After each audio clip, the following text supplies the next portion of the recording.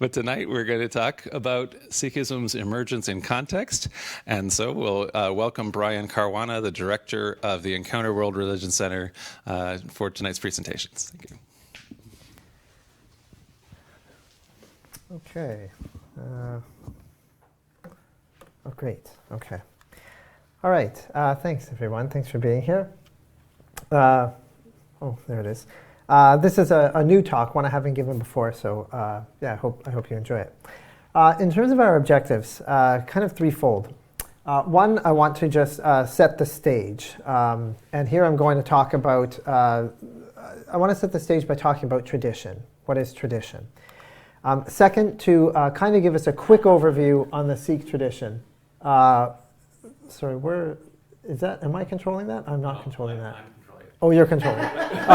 We're back still back a slide. I thought you clicked again. Mine's different than yours. So second is the Sikhism 101.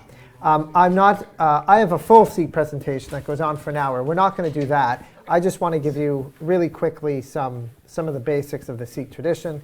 And third, to talk about the shifting context and Sikh development.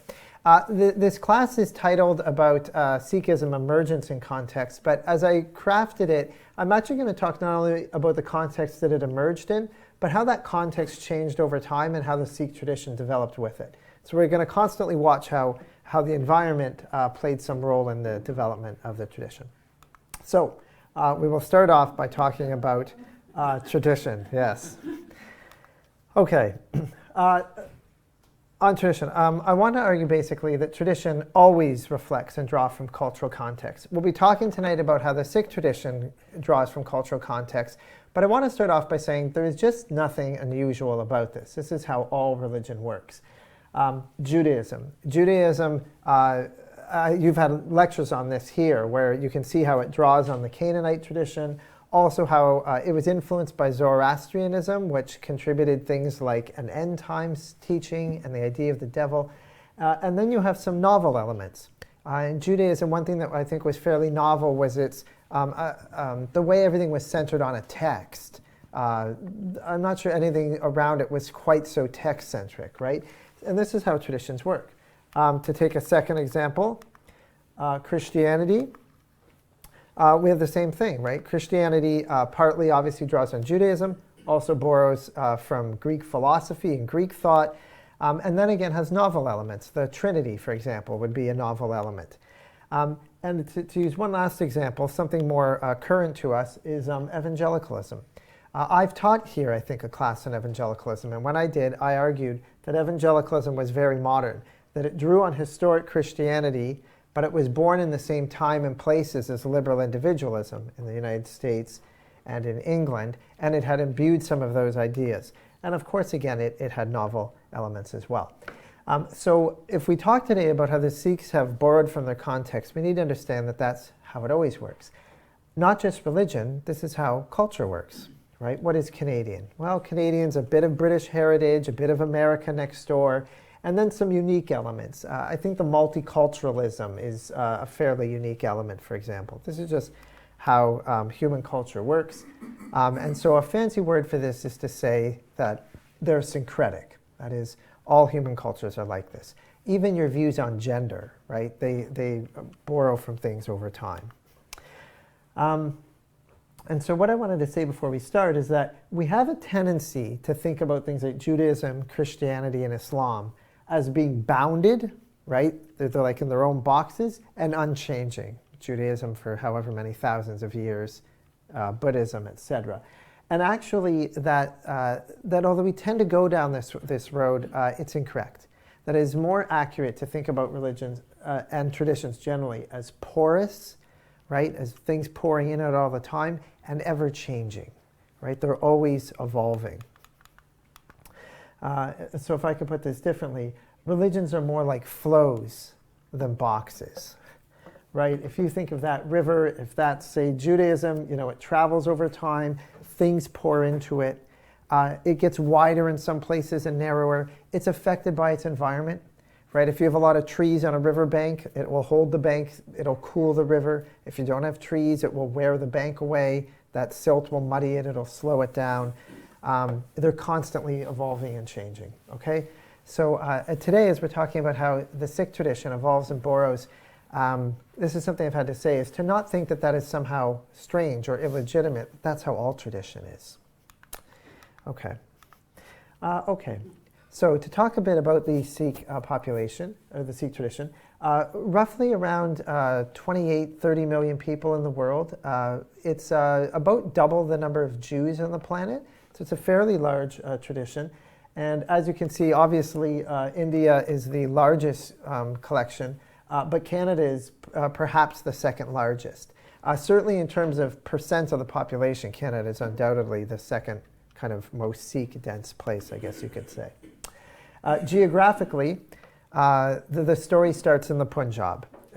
Punjab means of the 5 waters, and this is an area, as you can see in the map in the top right, that is in northwest India and part of what was today it's been split by the Pakistan-India separation, but it's that area. And Guru Nanak is born in 1469 in Lahore, right there. He is basically a slightly older contemporary of Martin Luther. So the Sikh tradition and the Protestants are roughly the same age. Okay, now, here comes Sikhism in about 12 minutes. We'll just move. I think I can give you the basics, actually. It won't be rushed, but I think we can kind of get the basics fairly quickly. So the basic story. There's a man named Nanak who's born in the Punjab in 1469 in Lahore. He grows up, he marries, he has 2 sons. And as the story goes, when he grows up, he was raised into a Hindu family, but there is also another major tradition in the area, and that is the tradition of Islam. And as the story goes, he has mentor figures in his life on both sides, and he doesn't know which one to be. And what happens is he goes into the river one day at age 30. He goes into the river to have a ritual bath, and he doesn't come out. They can't find him. They find his clothes on the bank, but Nanak is gone. They even look downriver to see if he's drowned, but there's no body. Where did he go? And according to tradition, he is brought up into the heavens, and there he meets God. And God tells him, there is neither Hindu nor Muslim. All there are Sikhs. We say in English, Sikh. But all there are Sikhs. And the word Sikh means a student, a learner, a disciple. And so Nanak comes back and tells people, there are neither Hindus nor Muslims. All there are essentially devotees, disciples. And he goes and preaches to Hindus and Muslims that what they need to be are disciples and learners. And as a tradition, the tradition sort of takes pride in the fact that it reaches out to both Hindus and Muslims. And you'll see this in a lot of the stories of the tradition. So Nanak, as he travels around, his 2 main companions, one is Hindu and one is Muslim. According to the tradition, he travels all throughout India, going to various Hindu holy sites, but it is also said that he went all the way to Mecca, going, of course, to the home of Islam. Even when he's a child, it's said that an astrologer holds the baby Nanak and predicts that he will one day sort of rule Hindus and Muslims. So even at the very beginning of his life, the fortune teller can tell this is his destiny. Okay, so that's a bit on the story of Nanak. As time goes on, so Nanak becomes a leader, he becomes a guru, and so he's called Guru Nanak, and he starts this movement. Eventually, Nanak grows old, he dies, and he will pass on the leadership, and eventually he will pass on the leadership to one, and then another, and it will go through 9 successors. And they are all called gurus, with various names.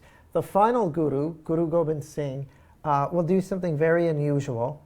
He's an important guy. We'll talk about him a couple times tonight. But one of the things he does is when he's going to die, he passes on leadership not to a person, but to a book. And so their book, the word for book is Granth, is called the Guru Granth. It is their guru. So the Sikhs today have these 10 human gurus that they had, but their living guru today is the book, the Guru Granth. And as a result, when you go to a Sikh Gurdwara, I was in one this morning, the Guru Granth is on a throne, just like you would put anyone of importance. You know, if Queen Elizabeth were to show up, these chairs are fine for people like you and I, but she never sits in a chair like that. She sits somewhere else on a platform. And so they put their Granth on a platform under a canopy. The book has an attendant, just like Queen Elizabeth would, right? If you need a snack at snack time, you'll go get it. She doesn't have to get a drink. Someone gets it for her. And so it's got an attendant. And not only that, but the book also has a bed and a bedroom. In the Gurdwara, there is a bedroom for the book. Sikhs do not own the book themselves because it's treated like a person. You go to the Gurudwara, the door to the Guru, the sacred building, because that's where the Guru is.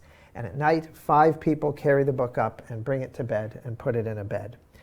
You can bring it home for special occasions. There's some things you have to do, but generally it's at the temple. Now this guy, I said we were going to revisit him. Guru Gobind Singh, the 10th, the last human guru. He did something else. By the time that he comes around, the movement has some size and some status, and it is facing some persecution from a Mughal Muslim ruler. His father was martyred, and his own sons end up martyred. And as a result, Gobind Singh will do something momentous for the history of Sikhism, and that is in 1699, there is a festival, I think it's Baisakhi. And what he does is, facing this persecution, the story is that he holds up a sword and says, who here, the whole community is gathered because it's a major day, who here will offer their neck, will offer their life for the faith? And according to tradition, he has asked this a few times, but someone volunteers and he takes him behind a curtain and they hear the sword go and they hear the clunk. And Gobind Singh comes out alone with blood on his sword. And he says, who else will offer their neck?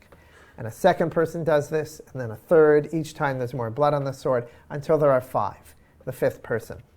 And after the 5th person, he pulls back the curtain, and they're all standing there, and there's 5 dead sheep. And these become kind of the pure ones, the Khalsa. And what he does is he kind of baptizes them. He initiates a ritual with a sword and some water. His wife puts in some sugar, so it's sweetened water. It's called Amrit. And then they all drink from it. They all drink from this. And this kind of initiates them into what is called the Khalsa. And a Sikh who becomes Khalsa will end up changing their name. He changes their last names. The men become Singh, and this is why you run into so many people from the Punjab with the last name Singh, and the women become Kaur, meaning lion and princess. So he gives them new names. In addition, they are to wear the 5 signs of the Khalsa. And those are uncut hair. You do not cut a hair on your body ever again, because hair is one of the many things God's given you. What God's given you does not need to be improved or changed, so you don't cut it or dye it or style it. There are conga combs to comb it and hold it up, and you wrap it in a turban. There is a kara, a bracelet, which is like a handcuff to you and God.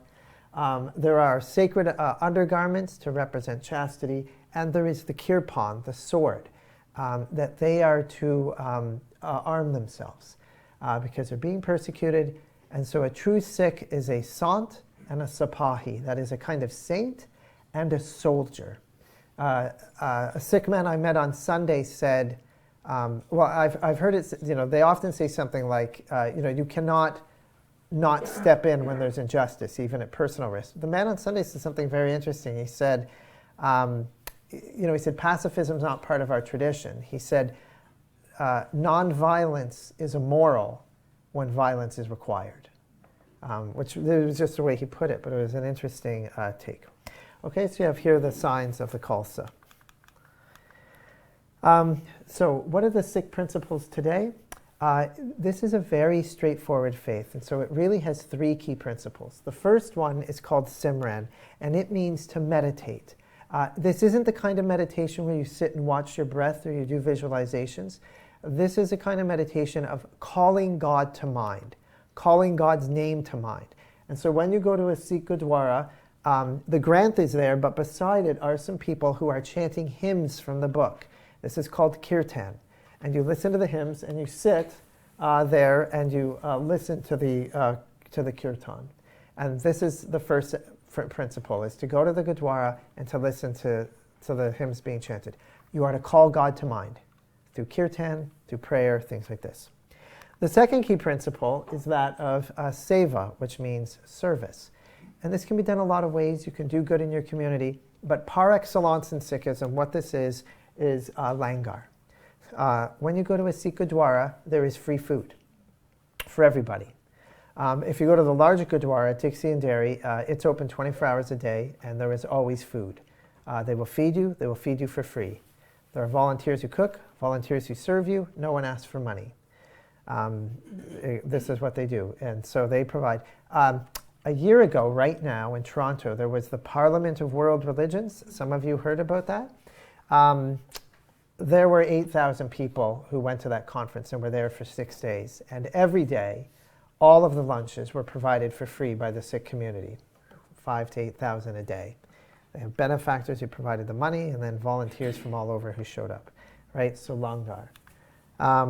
And this is done in every Gurdwara, and if you ever go to India and you go to the Golden Temple, kind of their Mecca, it's done there as well. But they don't have small bits of food. They feed more than 50,000 people a day at that temple, right? So this is their second principle, and that is seva, or service. And third is to earn a truthful living. Those are the key principles, okay? To call God to mind, to serve others, to earn a truthful living. It's quite straightforward, and part of it's because the tradition is it's lay-led. There is not really a priesthood per se. And so it doesn't have a lot of abstractions. It's quite practical, and that's kind of it. The last thing I want to mention about it is that the Sikh tradition also has today a real sort of egalitarian ethos. Men and women can share all the religious roles. Now, an egalitarian ethos is always aimed at, right? It's never achieved. I don't mean to say there isn't patriarchy or something like that. But when you go to a Sikh Gurdwara, the women can chant from the Granth. They can be the Granthi behind the book. They can play all of those roles. You'll also see it in the langar. The langar is not just feeding people. It's also a statement against caste. Why? Because we eat together. And the number one way that caste is experienced or manifests in India is through eating. Who can you eat with? Who can't you eat with? Who do you sit with? And so you go there, and everyone eats together, and you sit together. And where do you sit? You sit on the ground.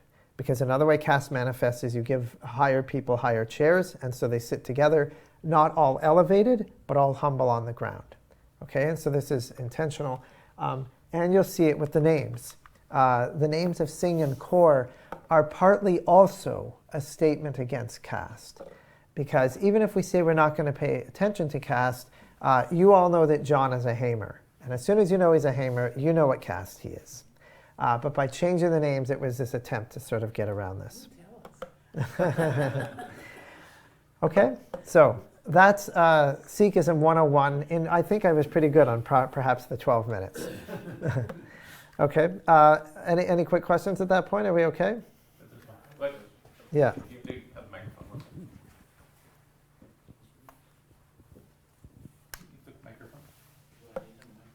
Yeah, you do. Right. Could you define truthful in truthful living? Yeah. So can you define truthful living? It's that you have to. In the context of. Yeah, it's that you have to earn an honest living, right? Part of it is the Sikh tradition, and I'll end up talking about this. Is that in India, there's always been a tradition of sannyasins, renouncers. Even the Buddhists, the elevated life is to become the monk who goes and leads a celibate life. So you're not going to do that in the Sikh tradition. You're to have a family, you're to work, you're to contribute to society, and then to do that in a truthful way. So it's not only the truthful, it's earning a living and contributing to society, and not being the guru who goes and sits in a mountain and studies. Did that make sense? It totally makes sense. I'm just confused about what truthful. So you're saying you're still confused about what truthful means. It's essentially just honest, right? That you don't want to make your money in a way that harms other people, that is somehow deceitful. That's it essentially. Because your work is a large part of your life, so what you do matters, and you can't go have your job and then go to the Gurdwara and contribute money and feel like you're okay. What you do in society matters, so earn a truthful living. Yeah, Brian, would truthful mean, would that be related to the 5 thieves that Sikhism identifies. It's like these 5 weaknesses of the human condition that through meditation we hope to overcome towards for the purpose of achieving a truthful way of being.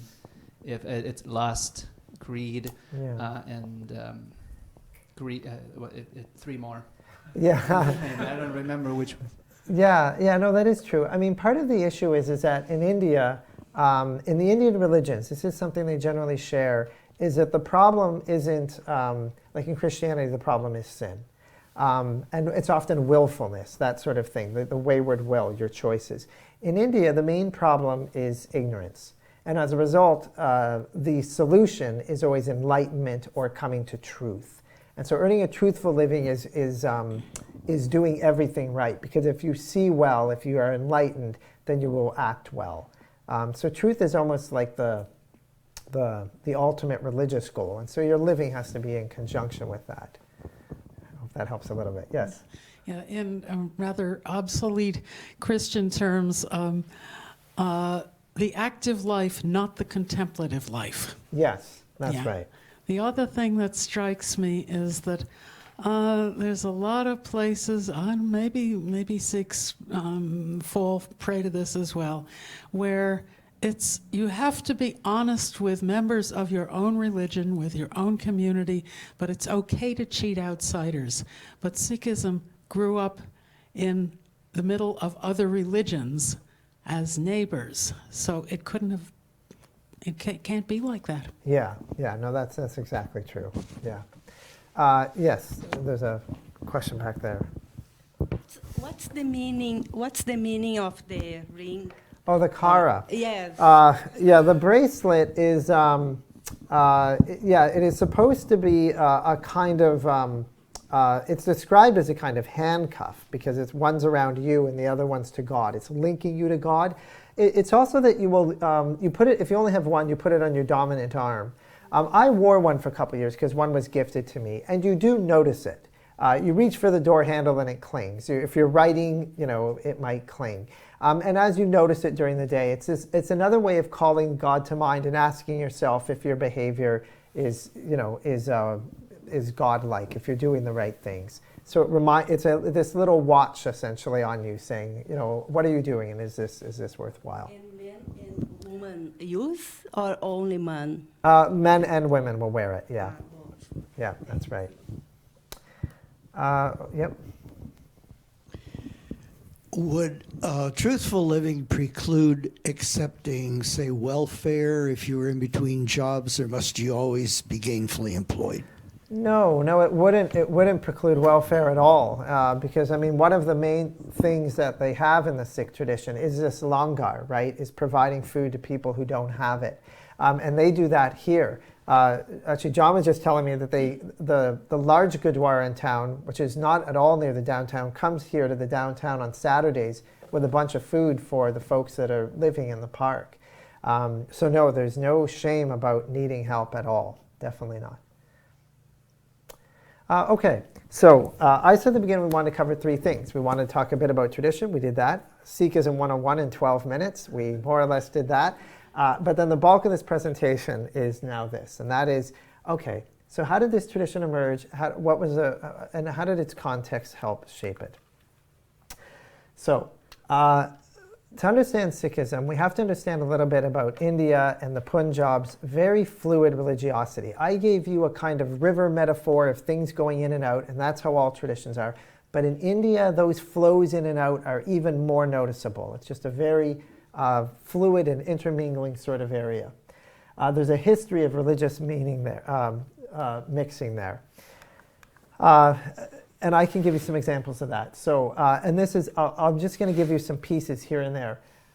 Today, there's a group in India called the Rajputs, and they are descended. This is very interesting, right? Because they're descended, they trace their origins to this great defender of Hinduism. And yet, most of them identify with Islam. They have Muslim marriages, they have Muslim burials, they get circumcised, and yet at the same time, they know little of the Quran. The men really don't go to mosque for prayer. Most of the men don't wear beards, which Muslims in much of the world do. And instead, what they often do is they worship two Hindu saints. In 1981, on the census, not that many of them chose Islam. They chose instead to say that they were Meharat.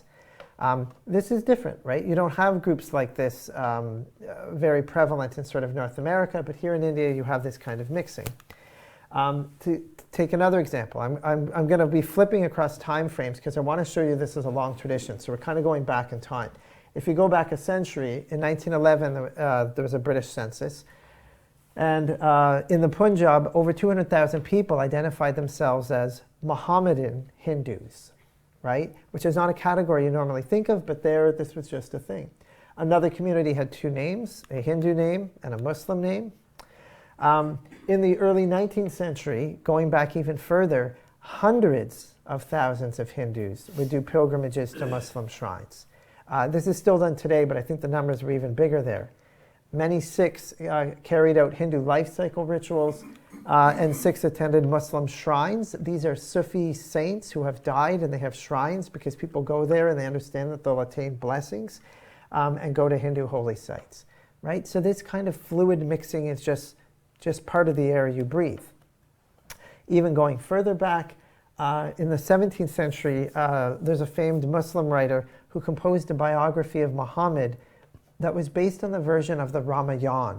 The Ramayana is a great Hindu epic poem.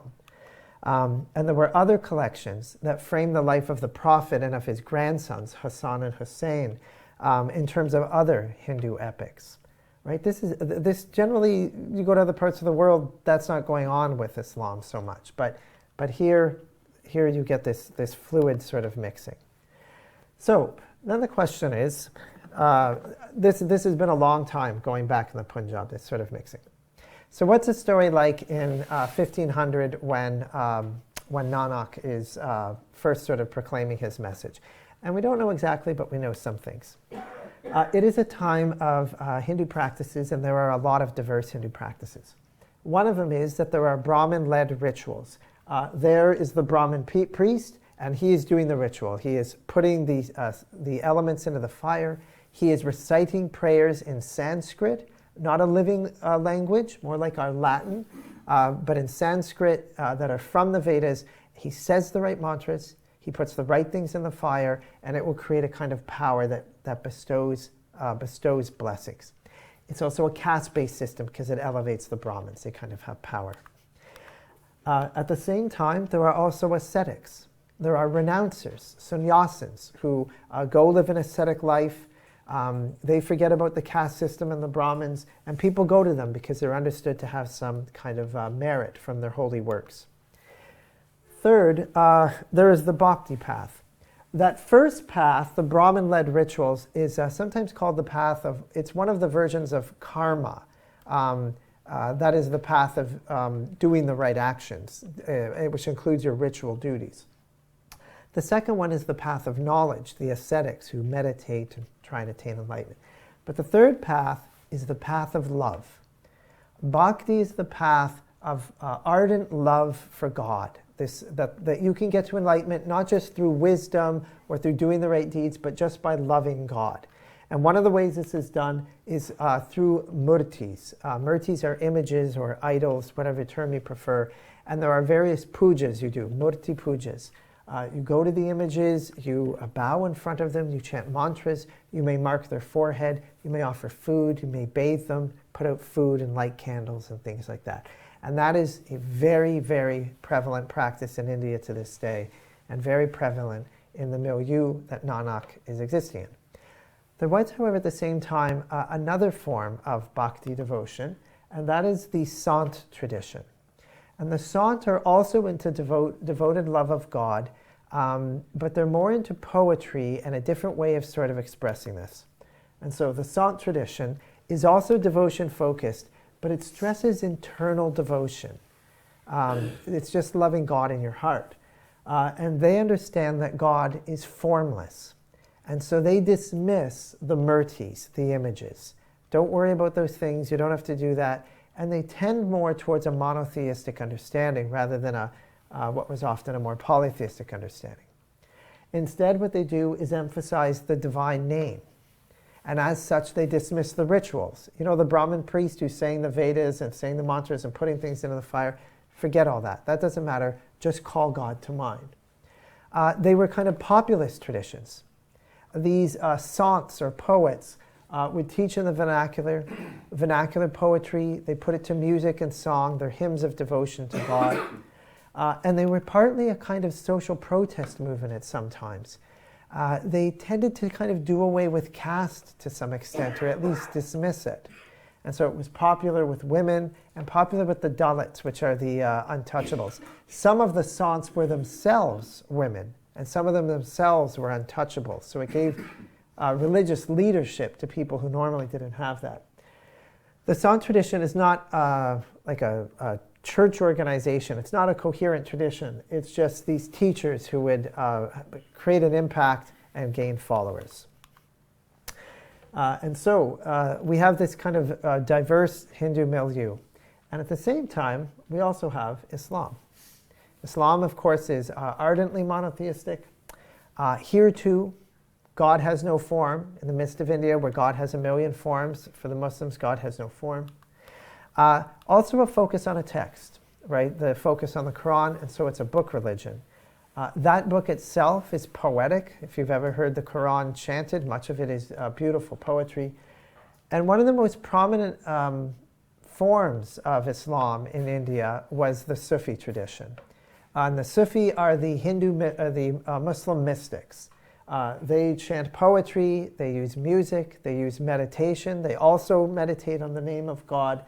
And they were both, because it's India and everything's mixing together, and because this is how tradition works, they themselves were influenced by the Sant tradition and were influencing it in turn. And an example of this is the great Sant poet Kabir. He's one of the most famous ones. And so Kabir here says, "O servant, where dost thou seek me? Lo, I am beside thee. I am neither in temple nor in mosque, neither in Kaaba nor in Kailash, Indian mountain important to Hindus. Neither am I in rites and ceremonies, nor in yoga and renunciation. If thou art a true seeker, thou shalt at once see me. Thou shalt meet me in a moment of time." Kabir says, "O sadhu, God is the breath of all breath." Right? You can see here this tossing aside of both Muslim traditional orthodoxy in practice and Hindu orthodoxy in practice. And it's in this milieu that Nanak is born. And Nanak, in terms of his context, really fits the Sant tradition, because Nanak will teach that God is formless. And he will emphasize a monotheistic understanding. This is captured in the Sikh tradition to this very day, partly through the words Ek Onkar. If you know someone is Sikh or you go to a Gurdwara, you will see this writing all over the place. You'll see it on people's turbans. You'll see it around their neck. You'll see it on fabric. You'll see it written on the wall with kind of sun rays around it. Ek Onkar. What it means is one formless reality. This first part that looks a bit like a 9, if you can imagine that, that is actually, it's the Ek, it's the numeral 1. Not O-N-E, but like the numeral 1. These are the first 2 words in the Sikh scriptures. And the Sikh tradition takes great pride in the fact that their tradition opens with the number 1. One formless Om. Okay, so now we have a formless God and a monotheistic vision. What else does Nanak do? He dismisses the murtis. Forget these images of Ganesh and Shiva and Rama. Don't worry about them, because God is formless. What else does he do? He dismisses the priestly ritual and the caste system. The Brahmins saying their rituals, they know the Vedas, they put things in the fire. Don't worry about all that stuff. And so Nanak instead writes poetry, and he says things like this: "Make mercy your mosque, devotion your prayer mat, righteousness your Quran, meekness your circumcising, goodness your fasting, for thus the true Muslim expresses his faith. Make good words your Kaaba, take truth as your peer, compassion your creed and your prayer, let service to God be the beads which you tell, and God will exalt you to all glory."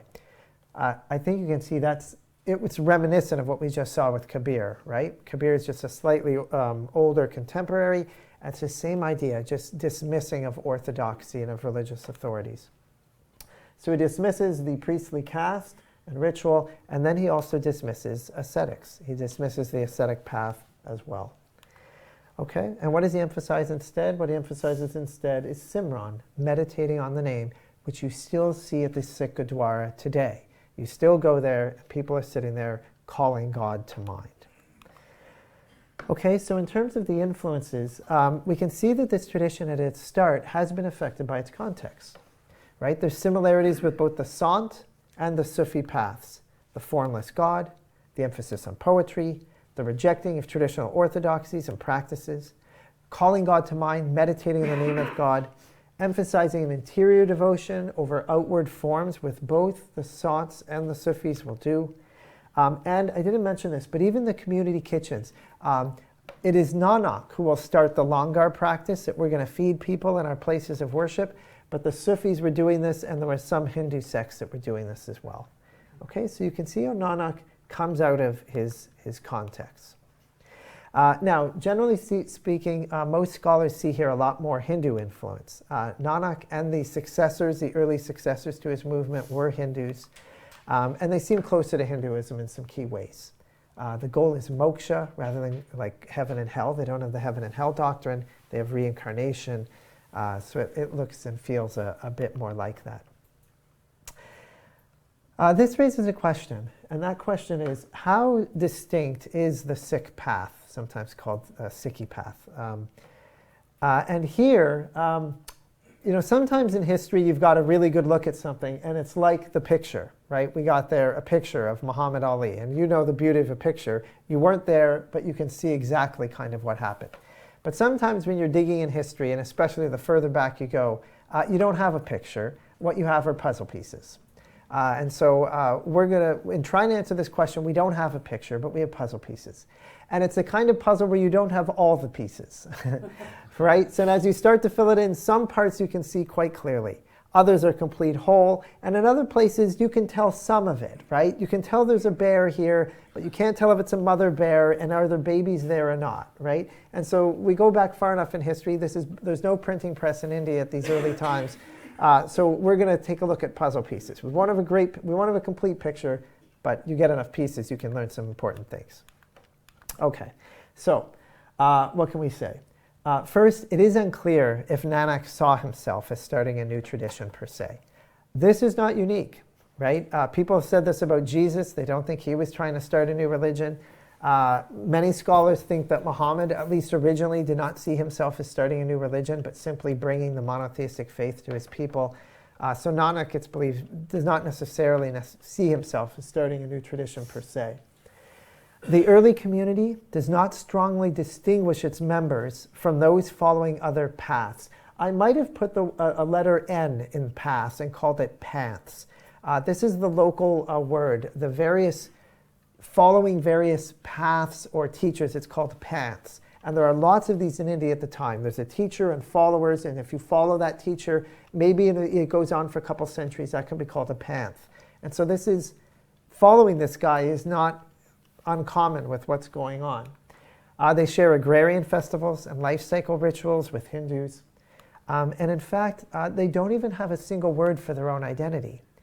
The word Sikh is there, or we say Sikh, but there's other terms. Nanak Panth, like the path of Nanak, Gurmukh Panth, all of these others, right? So there's not even one term for sort of the community. We'll pick up another puzzle piece. An interesting puzzle piece is there is this guy, Bhai Gurdas Bala. He's an early Sikh writer, and he is related to the third and the fifth gurus. So he's within kind of 50 to 100 years of Nanak. And he writes what the Sikh path is, and he writes some very straightforward things. Rise before dawn and bathe. Many Hindus do this, they'll bathe. Bathing is kind of part of the religious life. And in the Sikh tradition, cleanliness is still very important. Recite sacred compositions of the Sikh gurus. Visit a dharamsala, that is the holy building, in the morning in order to sing and join for prayer. Participate in congregational activities, and that's about it. So is that a different tradition? It is definitely what in India at the time you would call a path, a community that has some coherence. Is it more than that? It's kind of unclear. This might just be, you've got 100 M&Ms on a table. And so they're all a little distinct, but they fit into the milieu of M&Ms on a table, if you will. Another puzzle piece. Something else we know. Sikhs today strive to be Gurmukh. Gurmukh means you are following in the path of the Guru, and it's opposed to Manmukh. Manmukh means you're following your own path. It's the individual, it's selfishness. You want to be Gurmukh. The meaning of this term changes over the centuries as we look at it. In Nanak's writing, it's basically just one whose consciousness is towards God. So that would include Hindus, that would include Muslims. It's almost, those sorts of identities don't really matter. Later, by the time you get to the third and fourth guru, being loyal, it means being loyal to the teachings of the gurus. And increasingly will come to mean Sikhs and non-Sikhs. I'll come back to Gobind Singh later. And another puzzle piece. And this is the creation of what are called the Janam Sakhis.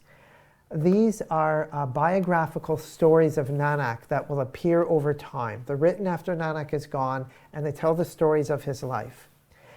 In one of the earliest passages written, God tells Nanak what it is that's required. And again, it's very straightforward, very simple. Repeat the divine name, give charity, and bathe regularly. Now, if you think of what makes up a religion, it's usually a lot more than this, right? You have a set of rituals. Maybe you have dietary codes. Maybe you have life cycle rituals and things like this. But this is very straightforward.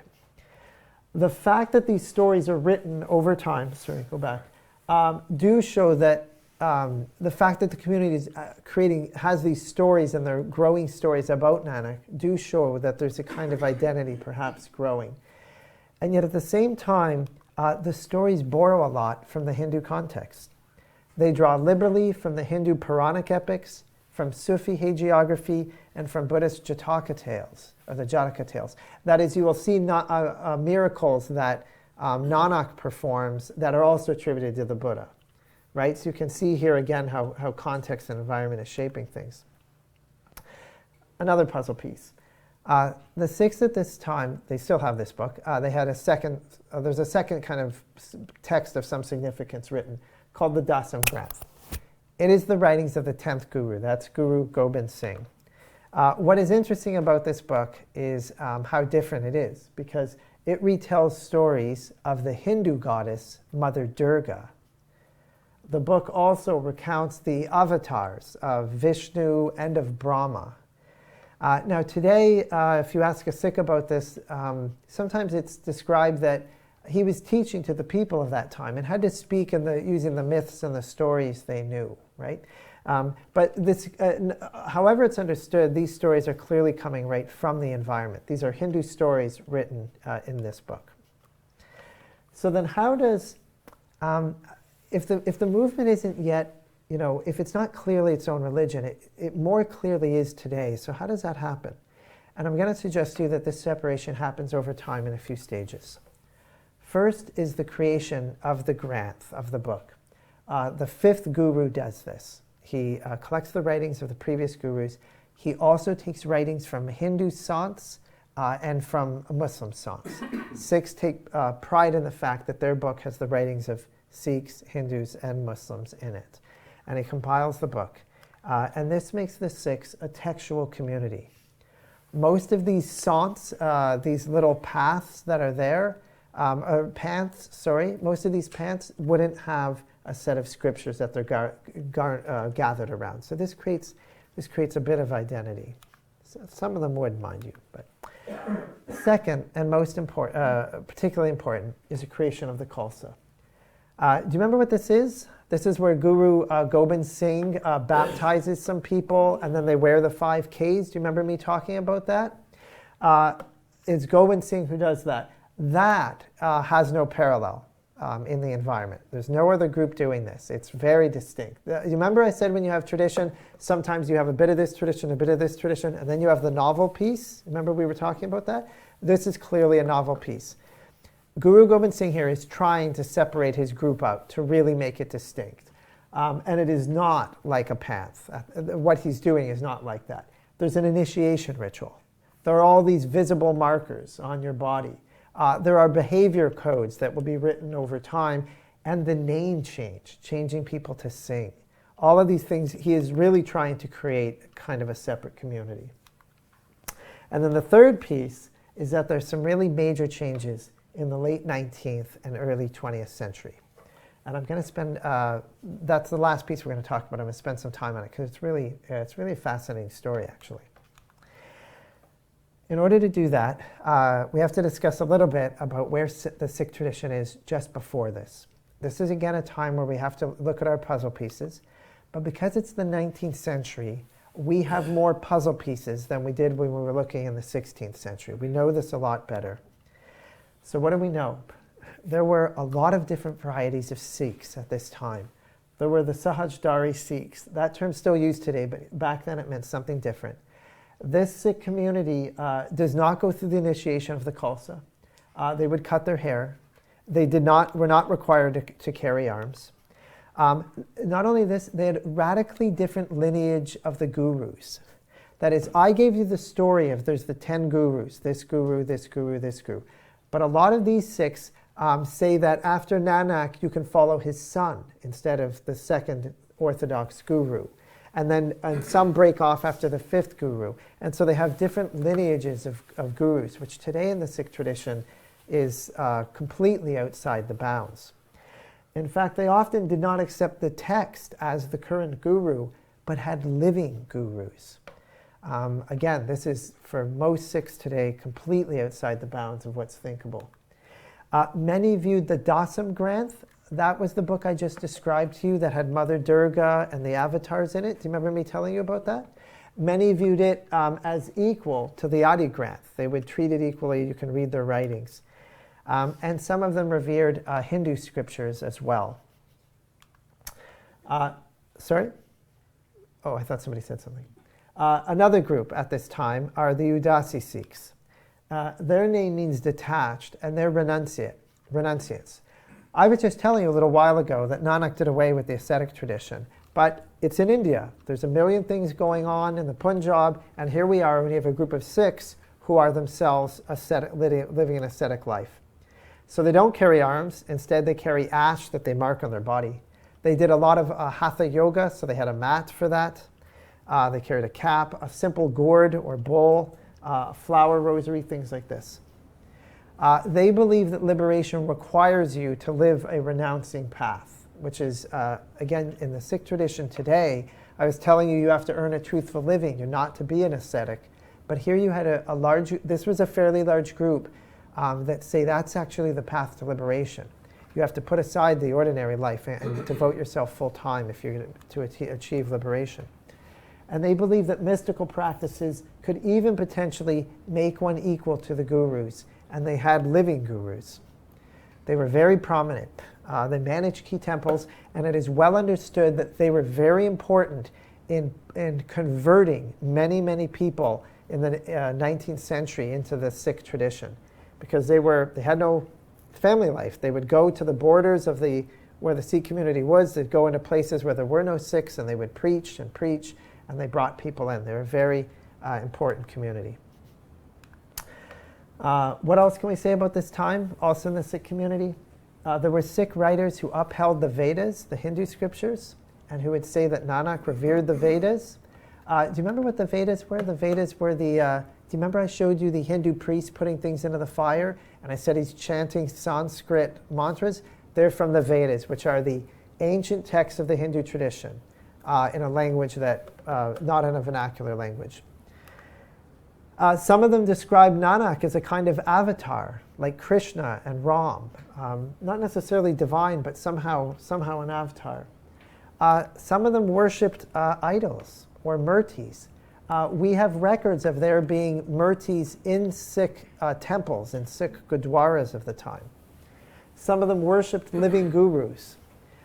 There was caste. There were untouchable Sikhs who were not allowed to come into the Sikh temple, which today is not a thing. There was a lot of popular religion. That is Sikhs who engaged in practices of magic, astrology, make pilgrimages to shrines. You might wear omens or get some kind of blessing to heal you from disease, things of that nature. And some Sikh leaders said outright that they were Hindus, that it was like a panth within the larger Hindu sort of tradition. Okay, so what changes this? What changes this partly is there's a new context.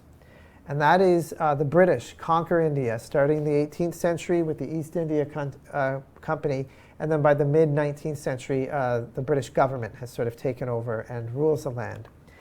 And the British will really transform India, and in so doing, they will transform its religious life. So what is this new context? Well, first, the British only think of religions as bounded. They're Brits. They know what a Congregationalist is. They know what an Anglican is. They know what a Calvinist is, and a Puritan is, and a Quaker is, and they're all different. And they go to different buildings, and they have different beliefs and different creeds, and that's what religion is. That's all that they know. And as a result, that's how they think about life in India. And they will end up seeping those ideas into the culture. They will hold a census. And in the census, there are boxes to tick. Are you this or this or this, right? You have to choose an identity. I've read, I didn't share this with you, but you can read accounts of like a Sikh gentleman around 1900 who in the morning gets up and does pujas to the idols, to the Hindu murtis. And in the evening, reads the Sikh scriptures that talk over and over about a formless God and how you don't need those murtis, right? And that sort of thing was just common. And I didn't even mention this. This isn't completely gone today. When I take people to Hindu mandirs, temples here in Toronto, it is not at all uncommon that I will see a Sikh gentleman come in with his turban at the Hindu arti ritual. I have also experienced the reverse of being at the Sikh temple, and finding out that the person next to me was Hindu. So this is still going on, but it was even more prevalent then, right? But the census doesn't allow that. You have to, if you're that guy, what are you? Are you Sikh? Are you Hindu? You don't even necessarily think that you have to like choose something, right? This is a foreign idea being imposed. But the census has consequences. It will control jobs in the bureaucracy. They want to make sure they have enough of various groups. It affects where funding goes. It gives you political weight. And so people start saying, well, you should say you're Sikh or you should say you're Hindu, right? They're bringing categories in. There was also Christian proselytizing. And the Christians, of course, demean the local traditions. And in demeaning them, cause those traditions to have to sort of fight back. It sometimes causes a hardening of boundaries because people are demeaning what you do, so now you have to like push for it or fight for it, right?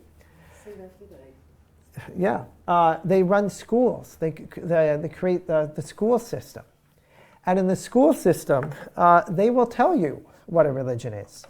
And you know what a religion is? It looks a lot like Protestantism. It's bounded. It's about books. It has to have a creed, a belief system that it can be written down and recited and that defines you. That's not how a lot of religious life is working in India at the time. You get up and you do your puja in front of the murtis. You go down to the river and you bathe and you hold water up towards the sun. It's a lot of practice. It affects your food. It affects your health. Then you go to the shrine and ask for blessings. Then there's a big festival. There's Diwali, and it's all about light, and you tell epic stories. It's not creed-based, but when you go to the schools, that's not what they're teaching the kids, right? They're teaching them something else. And a lot of those kids, of course, will then become the elites of the society. The British Army is another factor. The British Army creates its own Sikh or Sikh units and enforces the Khalsa discipline. They think that these people are like particularly good warriors because they've got the sword and all of that stuff. So they pull them apart from other Indians and then make them all follow the Khalsa, giving them a kind of separate identity. And last, but not least, the British bring the printing press. And the printing press is a game changer, as we shall see. And so what happens? there are new Indian elites who will grow up, who now have a British education. And they will launch, a lot of them are Hindus, they will launch Hindu reform movements in the late 19th century. The Arya Samaj, the Brahmo Samaj. Why? Because our religion, you see, first of all, is now a bounded thing, and it needs a creed, and it needs organization, and it's not so practice-oriented, right? It has to be about ideas and books. You have to start reading scriptures more. Most folks weren't reading their scriptures. They would know oral stories, but they're not reading scriptures. But these guys who come out of British schools, this is the direction that a lot of them are going to go. And they make use of the printing press. They print pamphlets of these ideas. They spread these ideas all over the place. And what happens? They start trying to convert Sikhs and saying, you're going down the wrong path. Well, what happens then? Some of the Sikhs who went through the same school system, or the British Army, they launched their own reform movement called the Singh Sabha, formed mostly by grads of British schools and people who were in the British Army.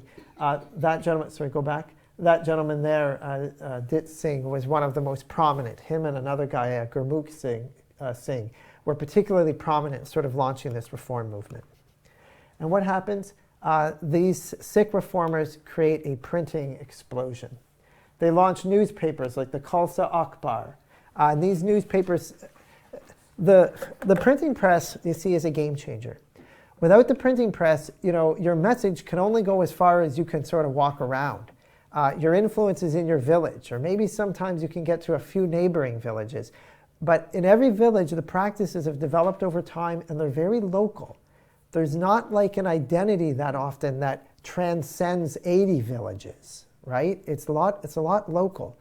Your very identity is local. You belong to a family, you belong to a caste, you belong to a village, you might belong to a lineage, you follow a particular guru, something like that. There's not a pan-identity, but the printing press allows that to sort of happen. Now you can have a message, and these leaders will create, here's what we really should be like. You guys, these ascetic Sikhs, the Udasis that I showed you, do you remember them? You've gone down the wrong path. You Sikhs who have a living guru, you've gone down the wrong path, right? And the newspaper is promoting this. They print codes of conduct.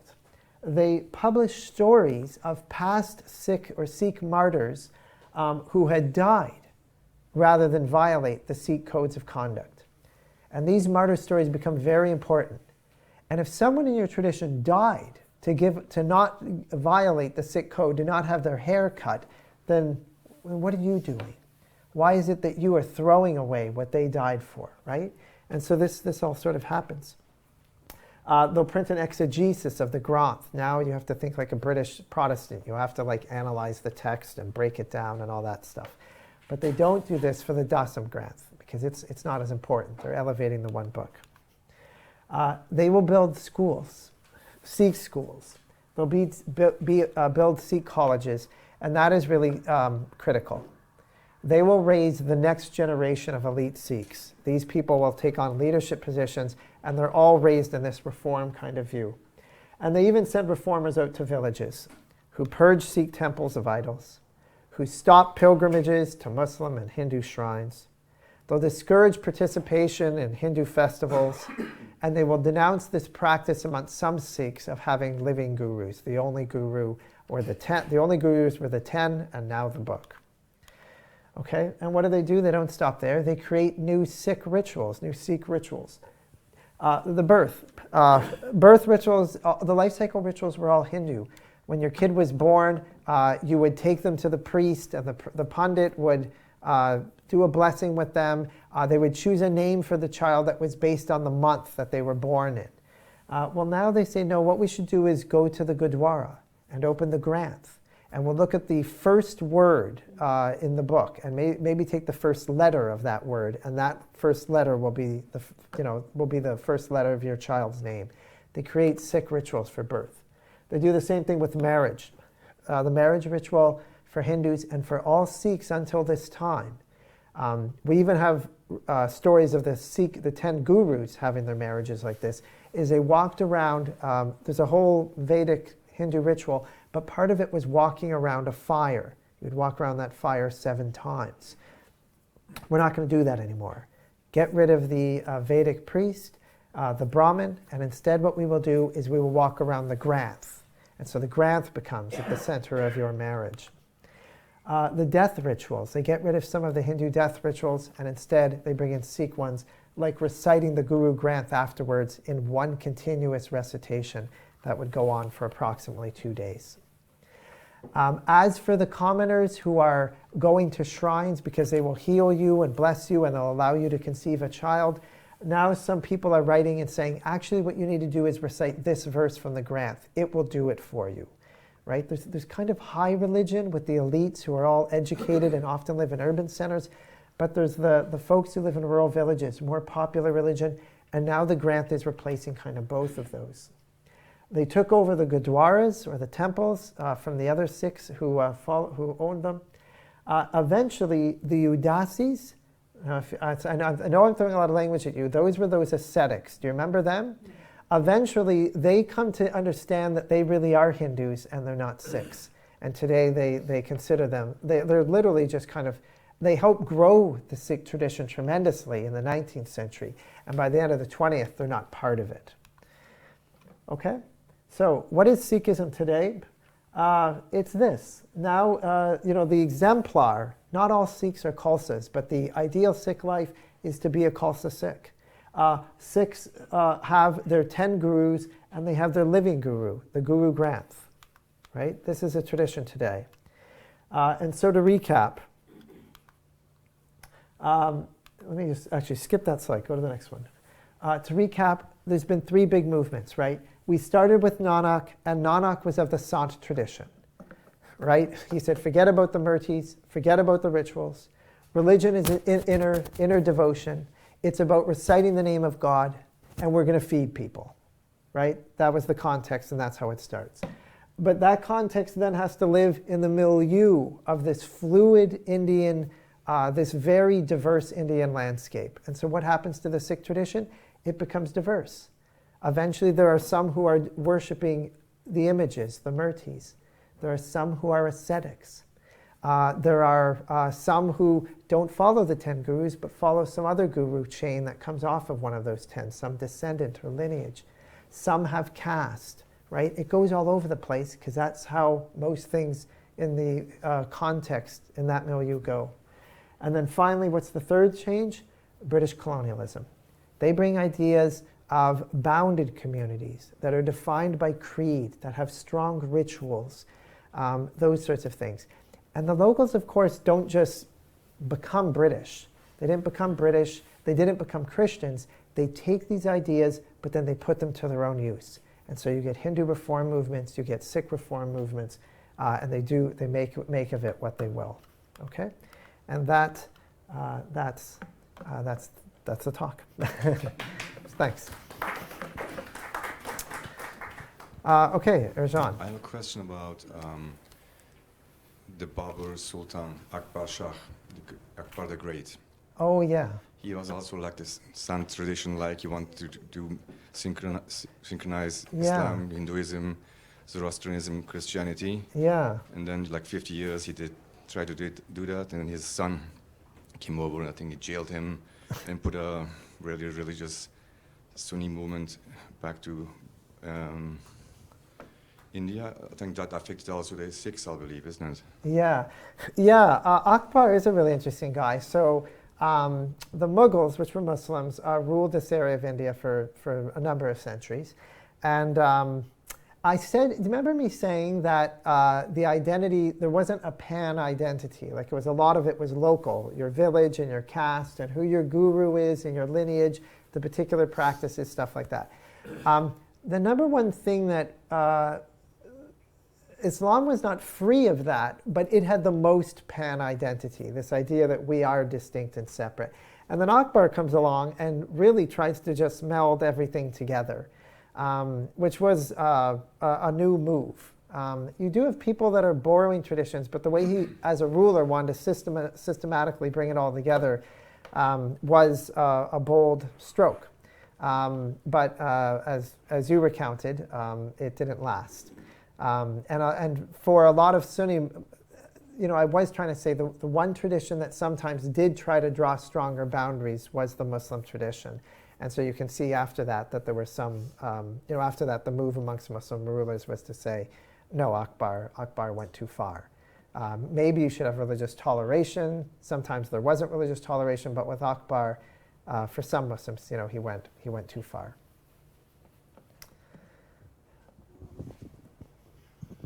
Is it true? I heard the story that the 10th Guru of the book is given a seat on the airplane as if it's a real person. Yeah, in Toronto, I think it was in 2007 or 2008, the large Gurdwara here, the Sikh community in general, paid for a number of Guru Granths to be created. They were created in Amritsar, and they're flown here. And because it is your Guru, like Queen Elizabeth, to use the analogy again, you don't put Queen Elizabeth in a crate in the cargo hold. She gets a seat. And so do the books. Each one of them got a seat in the plane and an attendant with them.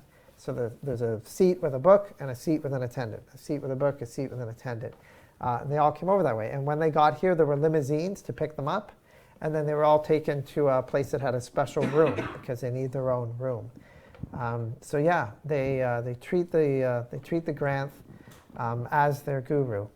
I mentioned that you don't have it at home. You can bring it home.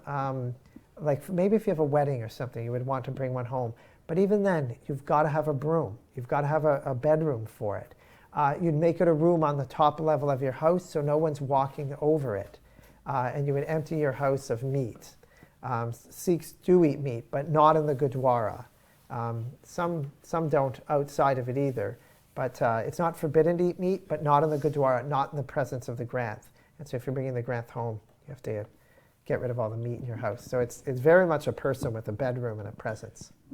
Are there, how shall I say, non-holy copies of it for people to read and study?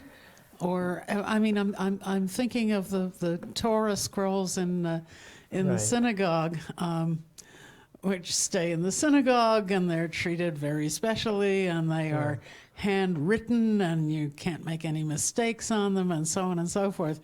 But that's not what people read at home and study. Yeah. You don't use that to study for your bat mitzvah. No, you have an ordinary printed copy. Yeah, that's right. You don't have the same thing here. You don't have people with their little bound version of the Granth. What they do have at home is they do have prayer books. And the most common one has the first section of the Granth in it, the opening hymn, which is very famous, the Mool Mantra, but even beyond that, it has the first part of the Granth, which is said to contain kind of the complete faith. It's all from Guru Nanak, the founder. So they don't have the book at home, and yet in daily prayers they can read and recite sections from the book. But not I know what you're talking about, not the way that Jews have like the complete book that they can pull off their shelf. How long is it? How long is it? It's about 1,400 pages. It's it's thick.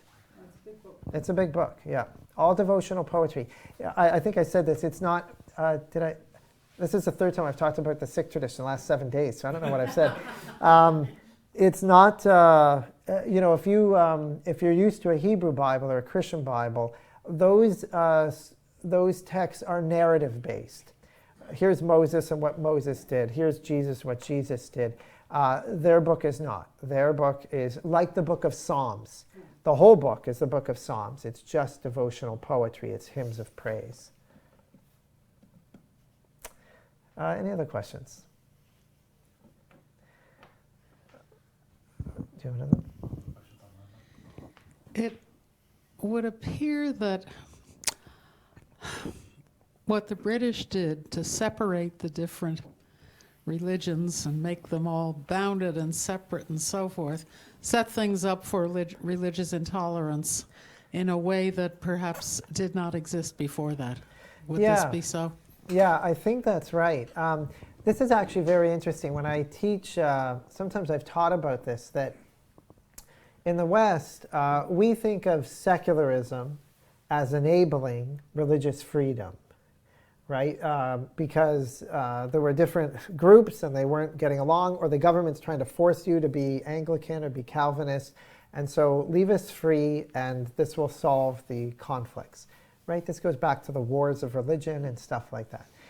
And there's something to that in terms of explaining Western history. But other places' history is not Western history. They have their own histories. And in India, it sort of in many ways went the other way. That is the bringing in of Western concepts, including the idea of secularism, which starts defining what religion is and drawing boundaries about it, that really fostered the idea of religious conflict. And part of it is, part of it too wasn't just secularism, it was the idea of the nation state, which is also a European idea. And so now we are all Indians. Well, nation states have identities, right? If I were to ask you what is Canadian identity, you could probably come up with some things, right? Timmies. Oh, sorry? Timmies, yeah. Play hockey.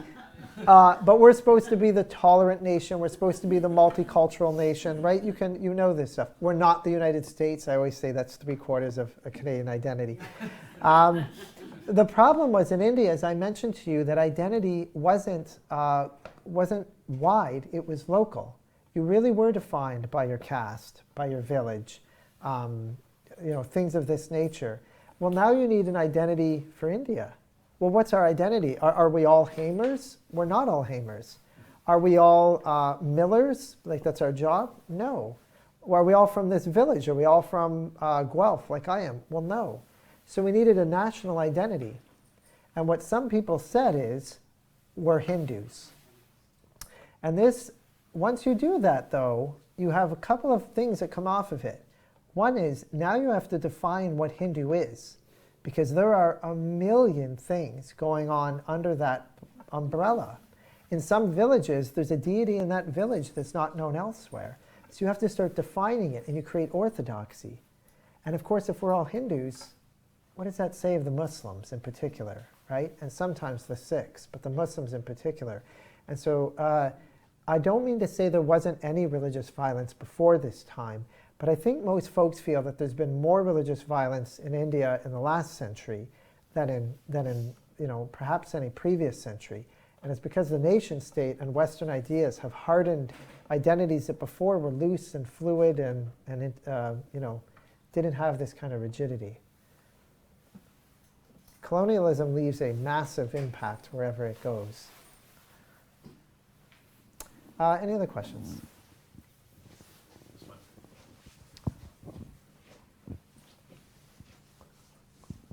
Thank you.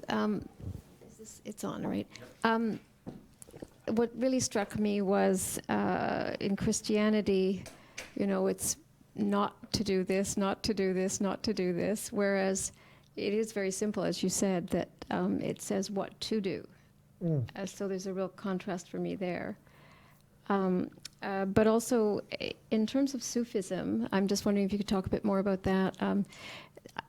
I've been told Sufism is like the mystical part of Islam. Yes. Is there a mystical quality to Sikhism or not? Oh, good question. So let me say two things. I should clarify that for the Sikh tradition, the Khalsa will devise, there will be codes associated with that do include prohibitions. No smoking, no eating meat actually that has been blessed. So you wouldn't eat halal meat, for example. And no intermarriage. You're supposed to marry a Sikh. Some of that stuff isn't there necessarily at the founding, but it comes in over time. Yes, and you're right. The Sufi branch is the mystical branch of Islam. Within the Sikh tradition, how can I put this? It's not a doctrinal thing. They will talk about Nanak as a kind of mystic and a poet, but you don't have the same sort of devotion to mystical practices. Like, the Sufis will turn on their axis or chant in rhythm, moving La ilaha illallah, la Allah, it gets louder and louder and then softer, and do it late at night when people are tired. Which is often something you do with mysticism, right? People stay up late at night or do things in the dark hours. All of this can help to generate those kinds of experiences. So the Sikh tradition doesn't really have that. They have devotional poetry. They do sometimes at the Gurdwara as a group just chant the name of God, which for them is Wahiguru, the wonderful Guru. So you'll hear them say Wahiguru, Wahiguru, Wahiguru, Wahiguru. But not the same choreographed combination of practices that are to create the mystical experience. Not in the same way. That was a really good question. Anyone else? Yes.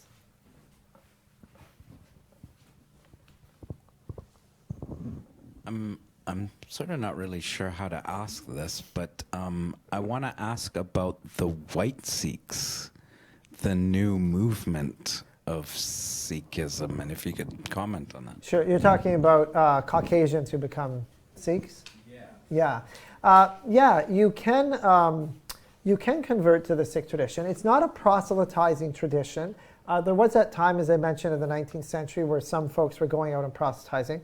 But the Sikhs today do not go out and proselytize. But you can convert. I know people who have converted. There's nothing preventing you. It doesn't require an ethnicity.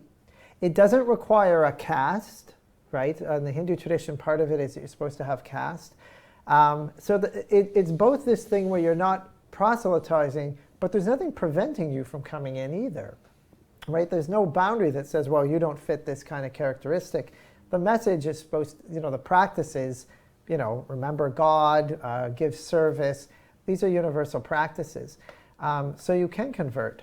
And yeah, there are people, actually I know a couple of people, now that I think of it, who are Caucasians who converted, both kind of, one guy around 20, and I'm not sure how old the other guy was. So yeah, you do see it, and it's fine in the Sikh tradition. That's not controversial, but as I say, they're not knocking on, you're never going to have your doorbell rung and there's 2 Sikhs at your front door who want you to convert. They're not doing that either. Question in the back. Hi there. I was curious about the tradition of women wearing headgear and things like that. And in terms of worldwide, whether there are certain geographical areas that are more popular and how that varies. Yeah, that's a great question. Traditionally, the Khalsa were men. It was the men who would go through the initiation, who would put on the turban, never cut their hair again. Even to this day, in India, that's still really mostly how it is. Today, there are women wearing turbans and following all of the rules of the Khalsa, but it's really become a practice primarily in the West, in places like Great Britain, in Canada, etc. It's often younger women who grew up here and who want to sort of show their faith and to adhere to their faith and show a commitment to their faith. There is, of course, an equality notion as well, that growing up in the West, we have our own sexist problems, of course, but there is this feminist movement as well. And so it tends to be women who've grown up here who say, well, I'm going to show this kind of devotion. But it's not common in India. It's grown up more in the diaspora, essentially. But yeah, you do see women doing that, and then they never cut a hair on their body again. Which for women in particular in the West has extra challenges, right? Because you might have facial hair and stuff like this, and it doesn't fit Western codes of, feminine beauty according to the West or whatever.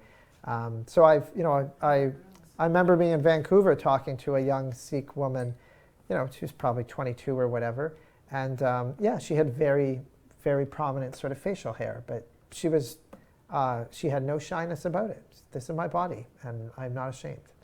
But yeah, it's mostly grown up in the diaspora, that practice. Anyone else? Yes. Was there any borrowing from Islam? Is there any, sorry, what? Any borrowing from Islam that's distinct? Yeah, I don't know how to answer that. Some scholars will say essentially no. They'll say, it really just looks like the Sant tradition mostly. At the same time, that Sant tradition, I wonder if that Sant tradition isn't affected by the fact that, 20% of the population is Muslim. Because the Sant tradition tended to be monotheistic. It liked a formless God. The poetry, which is similar to the Sufis.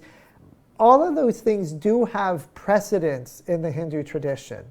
But Hinduism is like, actually, you know what? There's a scholar who said, I think she said it of culture, but I've always said it applies to religion beautifully, is that culture or religion is like a toolkit. Right? And a toolkit, think of Christianity. Christianity is a toolkit. You've got a Bible, you've got certain doctrines. But how you use those tools gives immense latitude. You can become the KKK. You can become Martin Luther King. You can become Catholic or Orthodox or Protestant. You can't do anything with the tools, though. If you want to say you're a Christian who believes in reincarnation, you have left that toolbox, right? You've borrowed from another one, which you can do, but it's right? A toolkit gives you a lot of flexibility. You can build a bomb and you can build a house, but it also limits what you can do. Hinduism is like a very, very diverse toolkit. So you can find precedents, for example, of a monotheistic view. It's in the Upanishads, which were 2,500 years old. But nonetheless, there's a lot of tools, and the fact that certain ones got picked up and put together in this Sant tradition, it doesn't look very dissimilar from the Sufis. And so they point to Nanak, I'm not sure if I'm talking too much, but they're pointing to Nanak as coming from the Sant tradition. But I have the remaining question of, can you say that that Sant tradition isn't itself somewhat influenced by Islam, the monotheism, formless God, and stuff like that? So it's possible that way, but most people don't point to direct borrowing. Sorry, that was a long answer. Let's go ahead and take that as the last one and give Brian a hand. Okay. Thank you.